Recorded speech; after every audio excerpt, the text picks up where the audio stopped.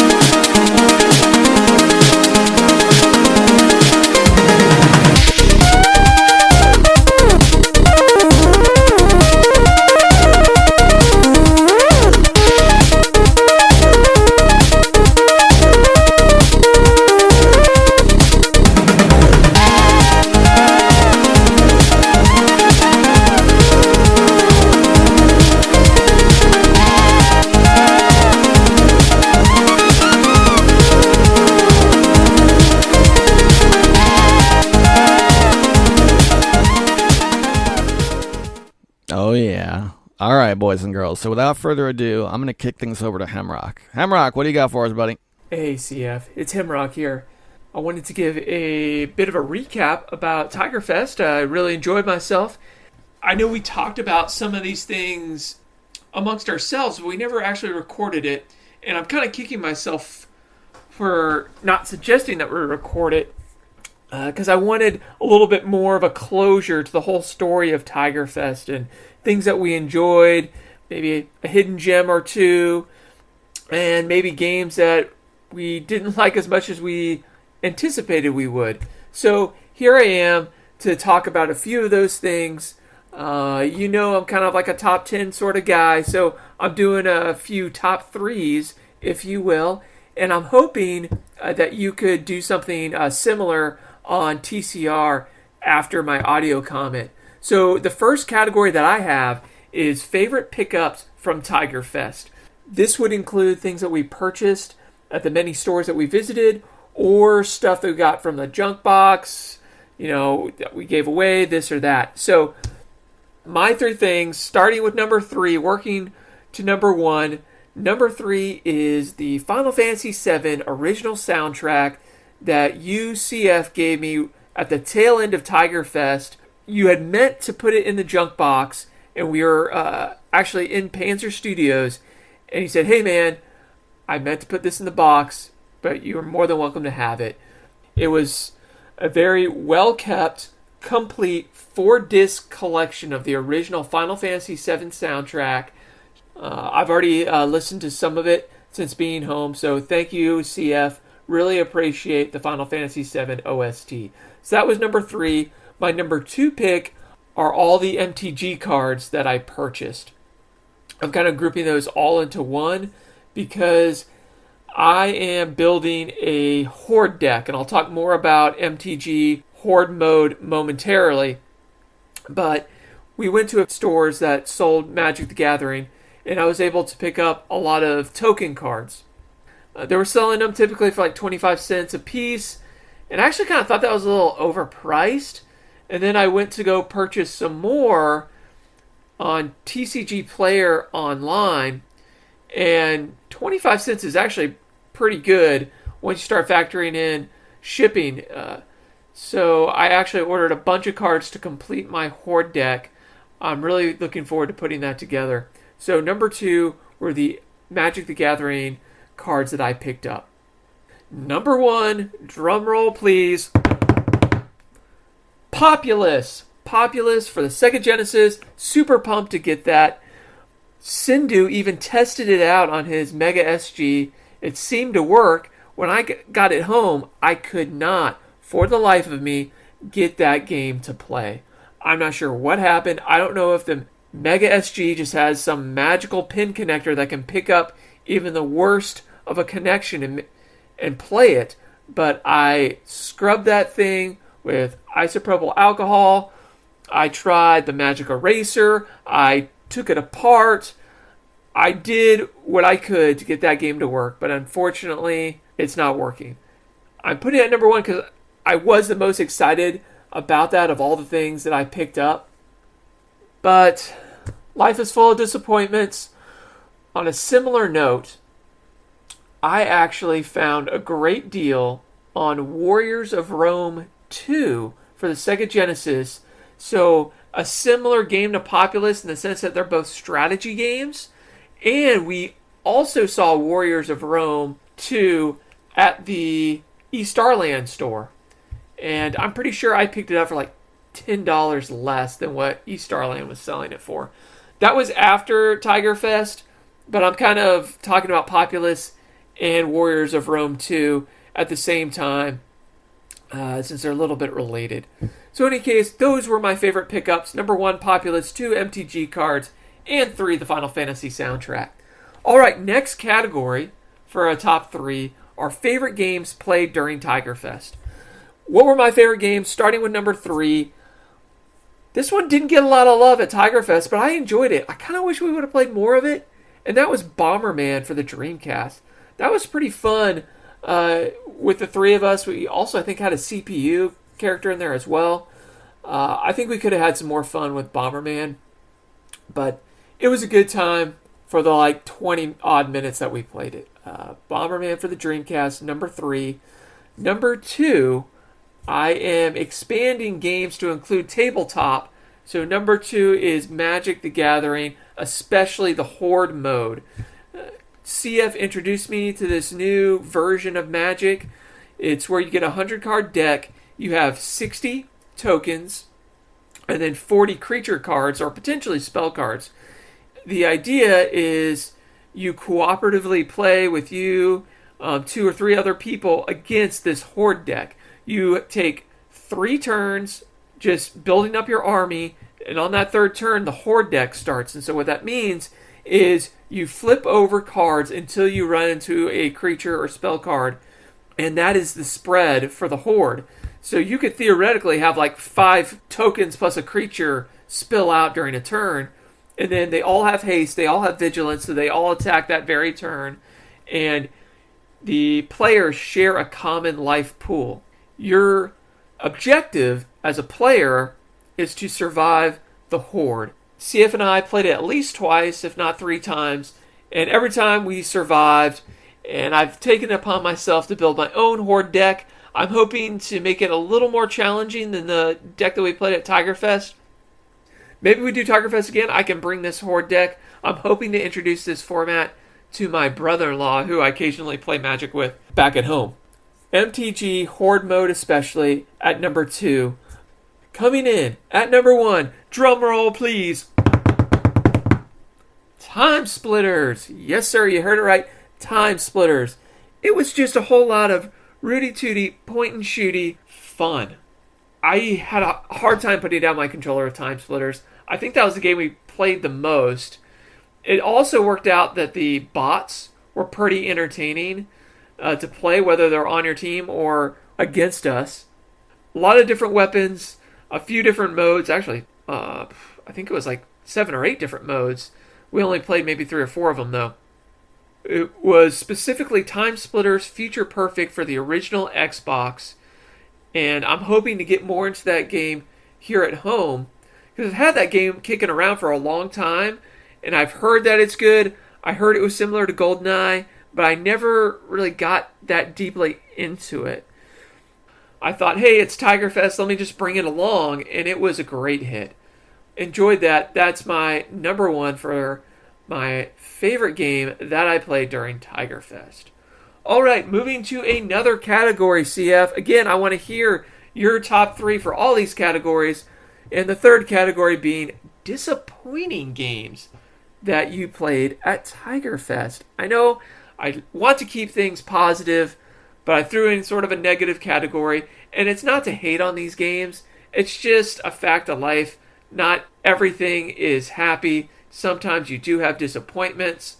Starting at number 3 for disappointing games, I'm kind of lumping these all together, is the Famicom games that didn't work. So CF brought a Famiclone to Tiger Fest. Funny enough, this was the Famiclone that I gave him. I'm not kidding. It may have been a decade ago now. This may have been back in like 2013, if not earlier. And it's funny to see it again. I was like, yep, that's that Famiclone with the top broken off and the pin connector exposed. And we were able to play Balloon Fight, which, believe it or not, was actually pretty fun. Good honorable mention for Balloon Fight. And I brought 2 other Famicom games with me. I brought over Joy Mecha Fight. It's almost like the Street Fighter for the family computer. Unfortunately, it didn't work. And I was a little scared. When I caught it back home, I made sure to test it again, and it works on my system. So I think it was something to do with this Famiclone. And then I also brought Lunar Ball. That's a pool game for the Famicom, and that also did not work. A little disappointed there. No one to blame. It just is what it is. I think it was an issue with the console, but it's all good. Coming in at number 2 is Fusion Frenzy for the OG Xbox. This is the Mario Party for the Microsoft Xbox. Some people like it, some people don't. I thought we might have a good time with it. I really did. And I didn't really enjoy it much at all. We played through at least once. And maybe part of it is I was just rubbish at the game. I think I finished last in almost every event. And I don't really think the other guys liked it either. It just wasn't good energy, so we didn't play that for very long. And then number 1, the most disappointing game was Revolt. I brought both Fusion Frenzy and Revolt, so I'm not trying to pick on anyone here. Revolt is a racing game, an RC racing game for the Dreamcast. I remember playing it years ago and having quite a bit of fun with it. I was like, oh, hey, it would be great to have 3-player racer on here, almost like a Mario Kart type game. And it was, maybe it was a track that we chose, but they weren't carts, I guess they were RC cars. The handling wasn't quite right. The track was confusing. It was really easy to get turned around and start going the wrong way. Just didn't have fun. I think we did like one race and we're like, nah, hard pass on Revolt. So I'm just kind of disappointed it didn't rise to the expectations I had of it from what I experienced previously. Maybe those were just some rose-tinted glasses looking back on it. So Revolt is my number 1 for most disappointing game at Tiger Fest. All right, let's get on to the hidden gem of Tiger Fest. I'm going to give an honorable mention, I've said it before, to Balloon Fight. That was pretty fun, and I never really sat down and played Balloon Fight before. But my true hidden gem of Tiger Fest was Pete Sampras for the Sega Genesis. It's a game that you could potentially find in a dollar bin, especially in years past. It's got this funny looking cartridge. They're known as a J-Cart. It actually contains cartridge ports for the Sega Genesis on the cartridge itself. So you don't need any special adapter to play with 4 players. The cartridge essentially is your adapter. I think that's totally rad. We played with 3 players. I was fortunate enough to have the AI player on my team, so we're playing doubles. And really, the AI beat CF and Sindhu. I was just kind of back there swinging my racket the best I could, but I enjoyed it. I think the other guys had a good deal of fun with it. It was unfortunate that the Mega SG, that Sega console that Sindhu brought, did not hook up to the main TV, and we had to use the secondary TV. Otherwise, I think we would have found ourselves playing some more Sega Genesis and probably some more Pete Sampras tennis. So my hidden gem for Tiger Fest would be that Pete Sampras tennis. I know Sindhu is getting on a J-Cart kick. He had Pete Sampras tennis, and then he also picked up Micro Machines, another J-Cart. I think he's hoping to do a YouTube video about J-Carts for the Genesis. Unfortunately, the majority of J-Carts were not released in the United States. I think it was mostly PAL territories. So he's got his work cut out for him if he's trying to collect all those J-Carts for his video, but I wish him the best of luck. So before I go, I want to quickly talk about the 2 Madden games that I picked on our game safari. I got Madden 93 and Madden 97. I had a chance to play them both today, and I wanted to give a quick review. Madden 93, it's in today's perspective probably a stripped down version of football. It works, it looks okay, looks like a 16-bit football game. It plays just fine. It does have that weird thing that when you go to pass to players, you see a screen insert, actually 3 screen inserts of the different receivers. I don't quite like the way that works, but it's there. It was okay. I lost my first game despite playing as the All-Stars, but what are you going to do? I had some fun. That was Madden 93. Moving on to Madden 97, this one definitely takes home the gold medal in this 2-man competition. Madden 97, it just had some more in-depth simulation options from the little that I saw of it. I played at least part of a game in Madden 97. I thought it was perhaps a little more fluid. They didn't have those screen inserts for passing. They got rid of that, so you could actually see the receivers as they were running into the field. I preferred that. Probably the one thing that stuck out to me that I like more with Madden 93 is actually the way the players looked. Yes, it was not as detailed as Madden 97. It was a little more arcadey, but I thought it worked better. The more simulation appearance of Madden 97, to me, seems a little off. But besides that, I would go with Madden 97. I look forward to playing more of 97. I think 93 is probably going to go on the shelf, maybe into the retro game box, if we ever bring that back, the retro junk box, if you will. CF would like to hear about your pickups if you played them. Maybe a quick review here or there would be nice as well. CF, thank you for bringing all those consoles and essentially hooking them all up by yourself at Tiger Fest. Really appreciate it. Had a whole lot of fun. I hope to hear about your favorite pickups, favorite games played during Tiger Fest, disappointing games at Tiger Fest, and at least one hidden gem. You can throw in a couple more if you feel so inclined. It was great hanging out with both you and Sindhu. Sindhu, I hope you leave an audio comment covering these as well. And hey, Balzac, if you're listening, I love your audio comments. Keep sending them in. Take care and keep rolling retro.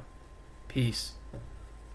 All right, man. I listened carefully. I took some notes, and I have top threes for all of your categories that you listed. Now, quick summary. You did favorite pickups, favorite games played, disappointments, hidden gems. All right. So, favorite pickups, and I'm going to shoot through this fast because I don't think mine is as interesting as yours. First of all, I ended up buying way more games, I think, than anybody else.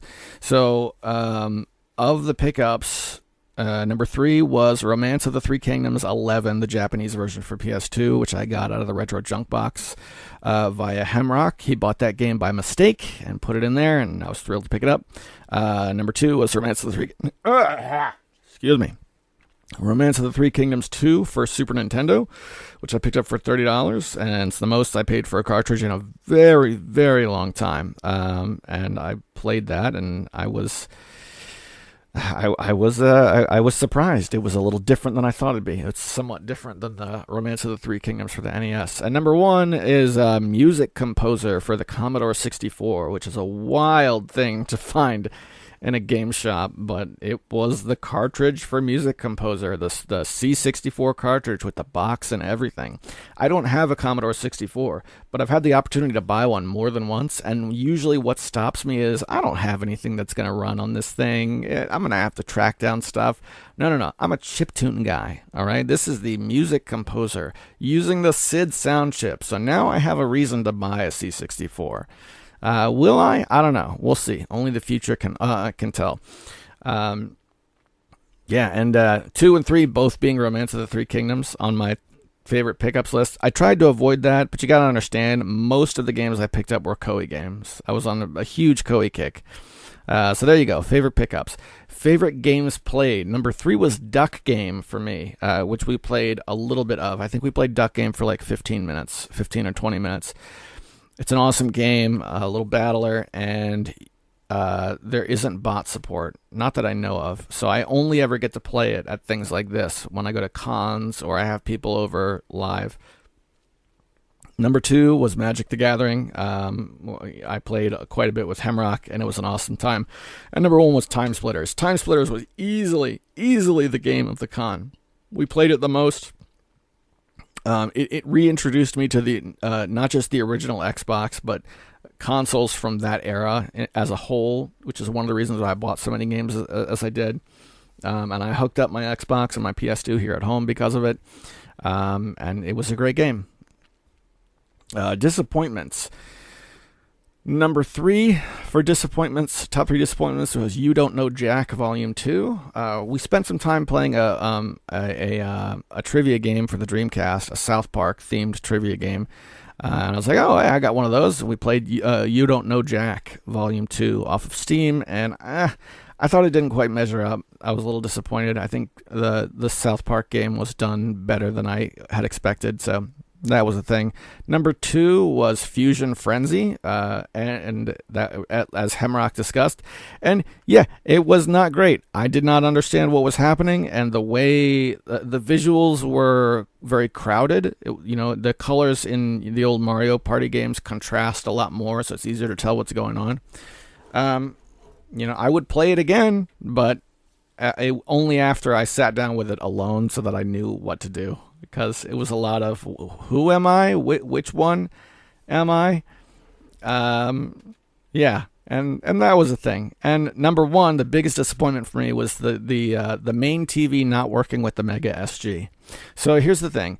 The TV was old, and in retrospect, we had a premium opportunity for Sega Genesis.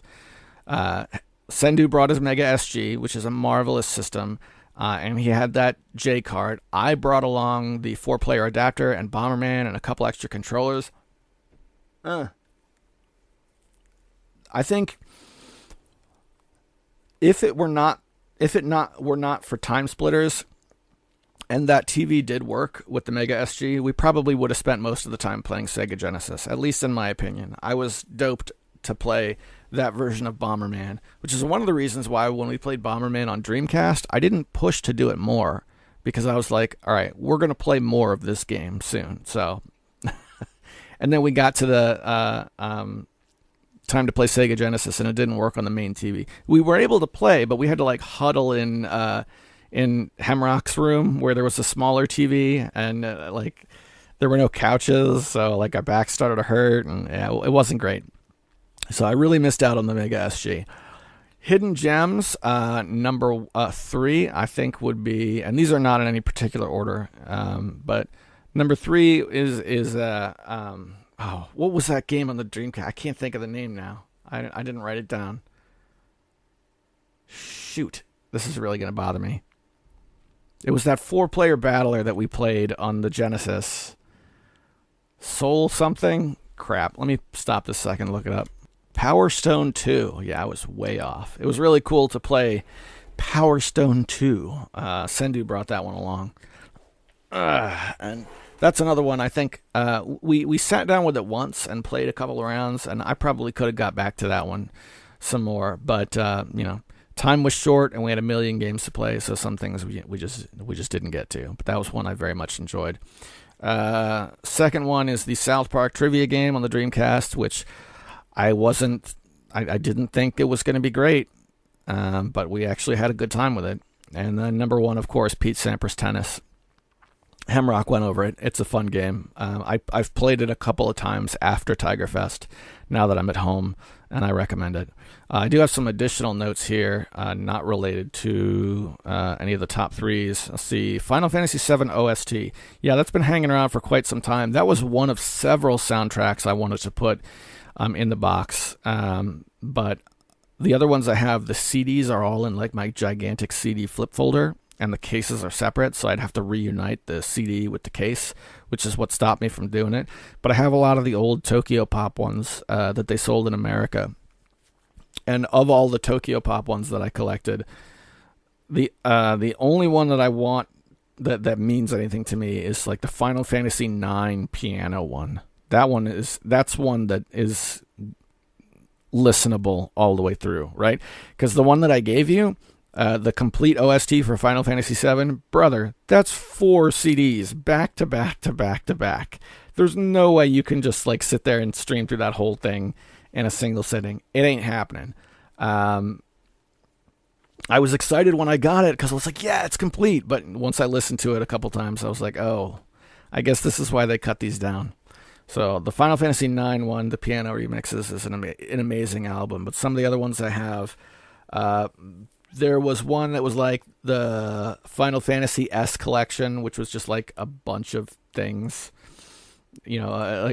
selections or whatever. They did a couple of CDs like that. And then I have one for Metal Gear Solid 2. And yeah, I don't know. I haven't touched those things in years. So yeah, I'm glad you're liking that one. That's really cool to hear.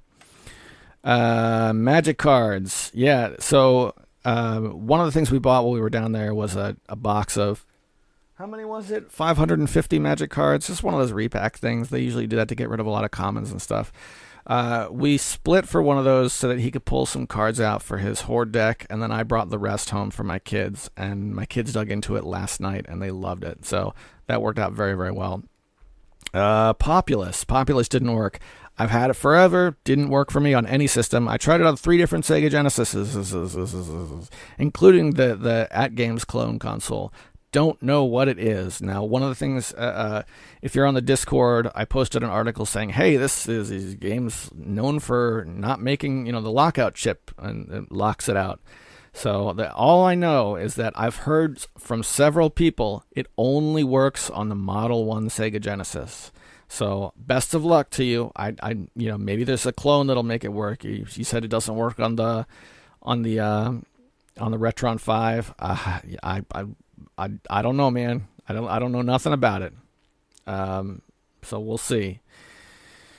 Famicom games not working. Yeah, that was a disappointment. But that Famiclone has never been a quality machine. So I think more that turned me on to the idea of, actually getting my stuff together and getting a legit Famicom, which was on my get list years ago, and I just never made it happen.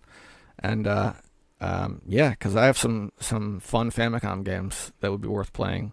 And finally, Madden. We got some Madden games while we were out there just for fun. I picked up Madden 96, which it turns out I already had. So I'll tell you what, man. if we can make it happen, I'll trade you my Madden 96 from Tigerfest for your Madden 93, because that's one I didn't have. And then, then we'll have something. So I think that's a good wrap up for Tigerfest. And barring that, wow, we're 30 minutes in. I've got a pre-recorded bit from a couple days ago. But first, let's take a minute to thank the sponsors. This is a Patreon-sponsored program. Big thanks to EmeraldRangers.com, who made the deal to bring us back on the air, Hemrock, and Tecmo Balls. Especially Tecmo Balls, thank you for letting me have a week off. Yeah, good times. All right, let's go to the van, I think, because that one is older. All right, it is 4:53 in the afternoon. It's a beautiful 60 degrees outside, and we're van casting, boys and girls. I'm heading out to location unknown to pick up my oldest son from a club he plays at after school sometimes. And I gotta say, well, first of all, it's my birthday is in just a few days. My birthday's on the 6th. Oh, there she is. Hi. It's my daughter running alongside the car, waving. Good times. I don't. Yeah, did you see her? Yeah. All right. No, see? Yeah, she's walking, but she'll be here when we get back. Okay. So, got to play some video games. I recorded an in-studio bit where we talked about Kessen a little bit, and I played that some more. And I played it more, and it made more sense, which is great. And I gotta say, it is a good game, but I can't lie. I highly recommend Total War Shogun, the old one of the first couple Total War games. I don't know if it was the first or one of the first, but I think that's a game that does what it's doing just a wee bit better, which hurts because because they're not quite the same kind of game. My problem is that you get so basically the game takes a couple of phases. There's the planning phase where you have like the map and you're laying out where your armies are and where they're going to go. And then when the actual battle starts, the armies kind of do what you told them to do, and you can give them orders along the way to change things up if you want. And that way, when the plan starts to fall apart, you can like redirect them and things like that. But what I've noticed is that well, first of all, the game seems to be won or lost in the planning phase. At least that's what I've observed so far. And then once the battle actually starts, it gets interrupted quite a lot. You're on the battle phase, right? And you're looking at the big map and you're seeing the armies do their things. And it's kind of neat that when two armies like meet each other and start to battle, you can zoom into the ground floor and watch the individual units hack away. I mean, you can't take control, obviously, but that's kind of a neat little thing. But constantly things are happening that are pulling your attention away. And I get it that, there's like 9 different squads on the field, and you got to pay attention to all of them. Yeah, I don't know. I'm liking it. I would recommend Shogun Total War over it, but I got to say it's good, especially for a launch title or a first-year title for the PS2.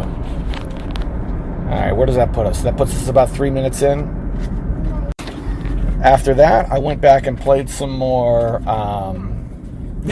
just a little bit more of the AI roguelite, which was like a comfort game leading up to Tigerfest. So I'm a member of the Beast Bar, the Next Round Discord, which is Darabka's community, right, around the Next Round website. And that Discord has been idle. It hasn't been used much at all for quite a long time until he and I and Tom over at the Next Round all got into AI roguelite, and now there's a channel where we post our degenerate screenshots of all the nonsense that happens, and that has been good fun. So if you are interested in dropping by the old Next Round Discord, I have a similar channel on Tiger Claw Media, but the Next Round one's been way more active. And also, speaking of Discord, since doing Tiger Fest, I've taken much more of an interest in Emerald Rangers. So I started hanging out at the Emerald Rangers Discord, because I run a feature on the Emerald Rangers website. And I talked to Sendu, and he made me an admin, which is great because I like toying with Discord settings. And they have some outdated bots, like they had a music bot that eventually went off service, but the bot is still sitting there. And these are things that I can fix, So hopefully I'll be able to straighten some of that stuff out and polish up the Emerald Rangers Discord a little bit, and really give back to that project, which is something that would be really nice. Okay, where does that put me now? I think that's more or less the full update. I had, this afternoon, I had meant to sit down with Romance of the Three Kingdoms 2 for SNES. I meant to sit down with that again, but I ended up playing more Kessen instead. Whatever. But it's been great playing those games, man. The games that I acquired, which is fun. I gotta say, the challenge of playing my own games. It's almost like if you set a weight loss goal and tell all your friends about it. Now you're really committed. It's like that, but not healthy. So yeah, that's been fun already. And I'm naming Romance of the Three Kingdoms 2 as one of the games played this week. So I feel like I have to play it a little bit more in order for it to really make that list. So we'll see. I'll give that a try, and I will get back to you. And with that, guys and gals, I'm going to send you folks back to the studio while I go pick up Junior from Parts Unknown. I'll see you there. After that quick tour in the van, let's go back to something I recorded on the 2nd. So this was that same day, I guess. All right, so I want to play a game here on TCR. There we go. Okay, so the box of games that I picked up from Tiger Fest. Okay, to take you back, this was when we were leaving the final stop. It was the very last place we went game hunting, and it was like a local bookstore that I always go to near my house. And ironically, it's where I found the most stuff. Now, it's not where I found the most rare stuff, but I got like a big... They were selling PlayStation games, PlayStation 2 games for like $2, $3 or whatever. I had this huge stack, and I actually stopped picking things up because I was like, you know what, maybe one of the other boys would like this or that or the other. Went to find Hemrock, and I was like, hey man, and then by the time Hemrock had made it back to the shelf, those things I was looking at were gone. And by the way, if you want titles, very specifically Metal Gear Solid 1 for the PS1 and Metal Gear Solid 2 for the PS2, amongst others, but those are the ones that stuck out to me. So I had this huge stack of games, and for the duration of well, not for the duration, but after that, he was talking to Sendu, and they were going back and forth, like, how many of these do you think he's actually going to play? And to quote Michael Jordan, I took that personally. So we're going to pursue that here on the air, and I'm going to count how many games are in that box, and we're going to follow that week after week. Now, a similar incident happened a previous time that Hemrock and I were hanging out in years past. This wasn't at that bookstore, but it was a local thrift store, and I got a big stack of like PS2 and original Xbox games and stuff. And he was like, are you sure you're going to play the PS2 version of The Sims 2? And again, I was like, you know what? Just because you called me on it? Yes, I am. And was it great? It was okay. I'm glad I played it because it was different from the actual Sims 2. You had direct control over one of the Sims in sort of a third-person walk-around scenario, which you never get to do in any of the PC Sims games. So in that sense, I kind of dug it. The only reason I ended up getting rid of it is because I got very far away from playing with my PS2. But anyway, back to the box. So let me put this on pause, and I'm going to count the number of games I actually picked up here. Okay, so I count 27 games, and there's also a Sega Genesis copy of one of the Madden games floating around that's not in there. So 28 is the number. So I figured, hold on, you know what? Let me write this down. 28 games. So let's play 1 or 2 a week, and we'll just talk about them here on the air. This is another thing that Hemrock pointed out. It's like, hey, when are you going to do, on the desk? I used to do game of the week. I used to have segments and stuff. Well, here's a good way to do it. We can kind of count down. I can check these games out one at a time. Give me a little something to talk about. And a lot of these games I have never played. So it'll be, at least for me, it'll be a lot of fun.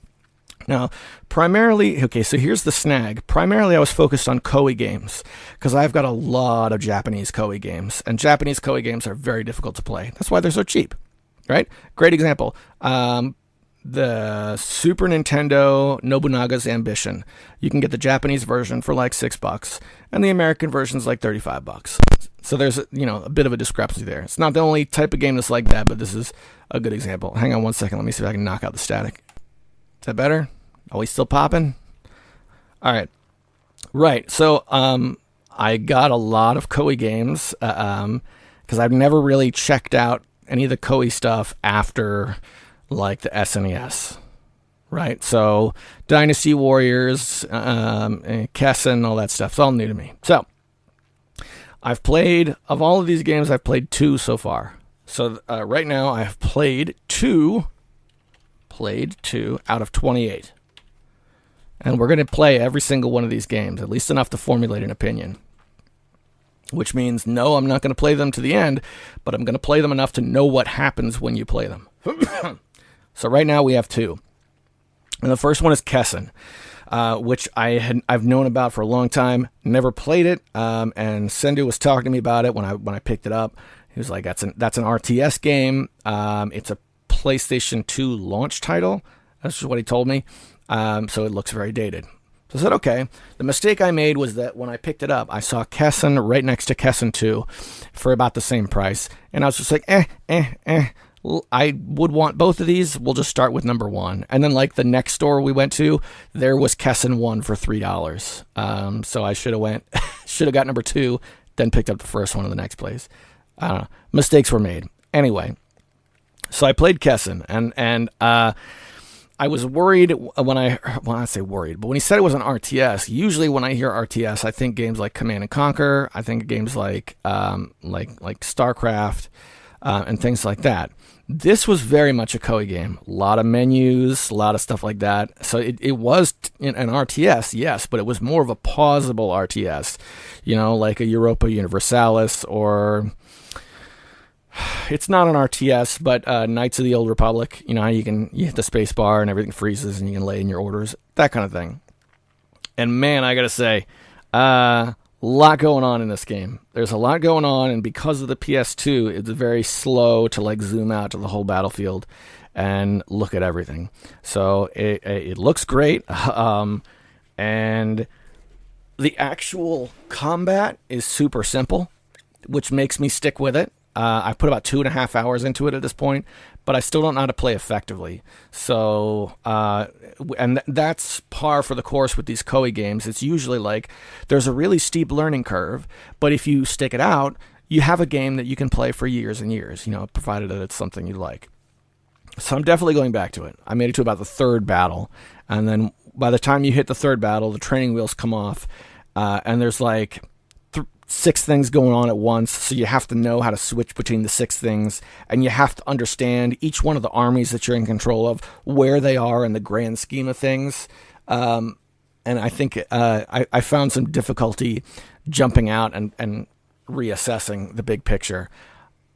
Now, to be fair, that might not be that hard to do, and it's just because I'm a greenhorn in the game. But I was really impressed how complex they were able to make it.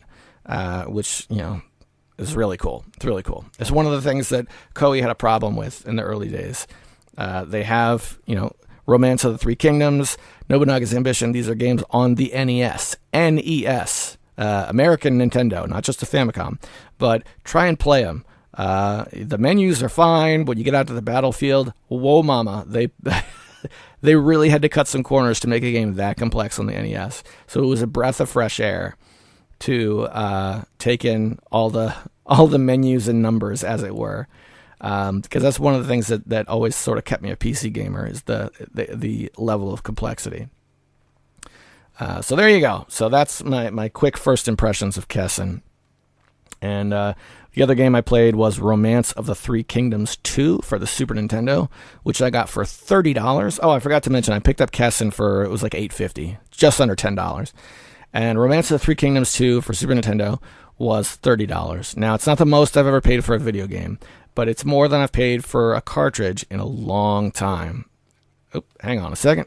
So when it comes to Romance of the Three Kingdoms 2, I played this one a lot less, but to be fair, I've played a ton of Nobunaga's Ambition, and this game is a lot, mechanically, I'll say, is a lot like that. The map is different, the entities you're playing with are different, but gameplay-wise, I was already a bit more familiar with it, so I didn't spend too long with it, but I'll tell you that I thought it would be cool since I had the physical cartridge and I bought it used. Let's take a look at the save games. Now, one of the things I find funny about this game is that when you name your character, you have a nice long space to put in a name. Usually with these, I say Nintendo, but usually with these games, you get like 5 characters max. So, one of the save games had Commander Ping Pong, which I thought was hilarious, if not a little racially insensitive. And the other one was a bit more generic, and I can't remember what it was. I tested it. It works. I'm going to play it this afternoon. That's Romance of the Three Kingdoms 2. Now, I also found out that there is, over on romhacking.net, there is a ROM hack for this game that gives you an alternate universe. A couple of different scenarios you can play, which is cool because these Koei games, they're not games you're going to find a ton of ROM hacks for. It's not like if Uncharted Waters 2 for the Super Nintendo, wouldn't it be cool if there was a ROM hack that had a completely different world map? No, there isn't. It just, it's not like Super Mario Brothers where you have an infinite world of creative possibilities in the ROM hacking scene. So it was nice to see this one exception. I'd go further to say that this is a good game to play on your handheld device because it's engrossing and you can move it along quickly. But by the same token, you can also spend a really long time just checking out the map and analyzing, the different geopolitical data and stuff like that. So I don't know. For me, it's been a good one for the Amberneck. I've played on my Amberneck. I play Nobunaga's Ambition for the Genesis quite a lot. So yeah, unfortunately, I tried to get this game working. Romance of the Three Kingdoms 2. I tried to get it working on my Amberneck, specifically the 280V, and it was giving me some sort of problem. It was like the resolution, unsupported resolution or some garbage like that. I'm like, no. This is a Super Nintendo game. This is a machine that should be able to handle PS1 flawlessly. So telling me a Super Nintendo game isn't going to work, that's not going to fly with me. So I'm in the market for a new firmware for my old Amberneck. And those are the 2 games. So I think next week, I'm not quite sure what I'm going to play out of the box. Definitely going to play some more Kessen. And hang on. Nope, it's too far away. So we'll see. Hopefully next week we can get the number up to 4. Well, all right then. We are now back in the studio. It is current time. And speaking of time, what time is it? It's time for the fail bag. Boom, baby. Questions, comments, anything you have that you want read on the air. It's that fantabulous form of entertainment we call the fail bag, where it's just you, it's just me. This is a small outfit. There's a reason why people listen to little podcasts like this as opposed to the big guys. Because we're approachable. All right, so there's a few ways to get a hold of me.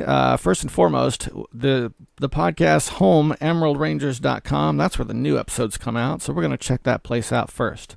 Also gives me an opportunity to see what's been put up in the last week or so. And we've got Green Phoenix with Harry Potter and the Chamber of Secrets review.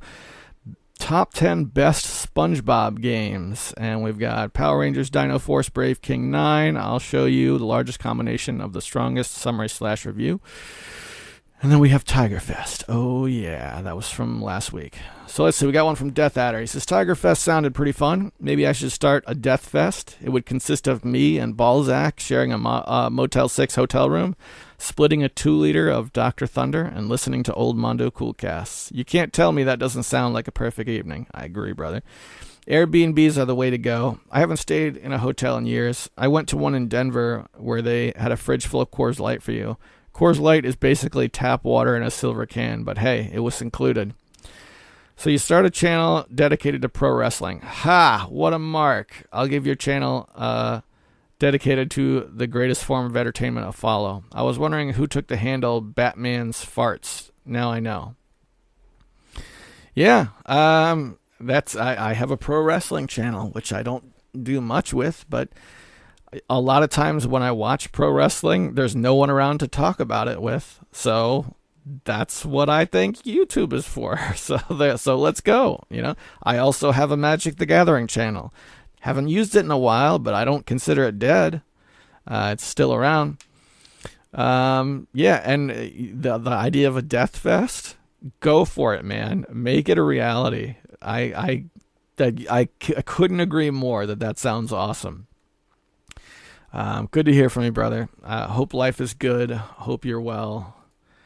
And I hope other things are positive, I guess. All right, now with that, that is Emerald Rangers. There's nothing in the Discord under the fail bag. So at this point, we're going to shift gears, head over to YouTube and see what we got. Now, YouTube episodes are always a week behind. So it is what it is. Let's see what we have. Comments on last week's episode. Bear with me. I got some stuff on the old wrestling channel. We got to switch gears off of WrestleMans to Tiger Claw TV. And we're loading. Now, I'm kind of afraid to pause the recording because I'm afraid it'll stay paused for entirely too long. So just bear with me. And we'll go there together. That's okay. We can do that. 7 alerts. All right. Oh, that's right, because I said it was my birthday. So I've got some nice birthday wishes from people, which I thoroughly enjoy. That's very sweet. All right, now let's open the studio, because sometimes people leave comments and YouTube has a tendency to hide them occasionally, which is weird. I never liked it that they did that. Okay. Let me back step a little bit.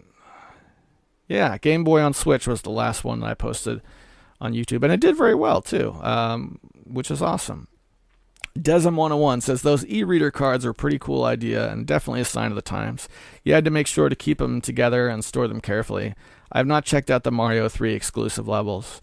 Yeah, very cool. I think at that time I was still big into Magic the Gathering with my older brother, so having like a baseball card book, full of cards was normal.